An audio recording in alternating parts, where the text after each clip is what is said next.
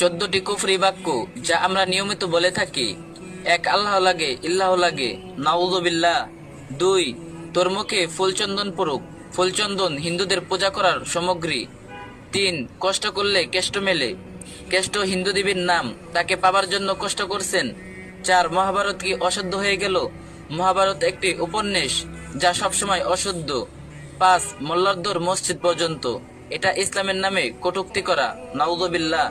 6, লক্ষ্মী ছেলে, লক্ষ্মী মেয়ে, লক্ষ্মী স্ত্রী বলা। হিন্দুদের দেবদেবীর নাম লক্ষ্মী, তাই ইসলামে এটি হারাম। 7, কোন ওষুধকে জীবন রক্ষাকারী বলা। জন্ম মৃত্যু একমাত্র আল্লাহর হাতে। 8, দুনিয়াতে কাউকে শাহেনশাহ বলা, এর অর্থ রাজাদের রাজাধিকার। 9, নির্মল চরিত্র বোঝাতে দোয়া তুলসী পাতা বলা, এটি অন ইসলামিক পরিভাষা যা হারাম। 10, বিসমিল্লাহ গলত বলা, এটি সরাসরি কুফরি।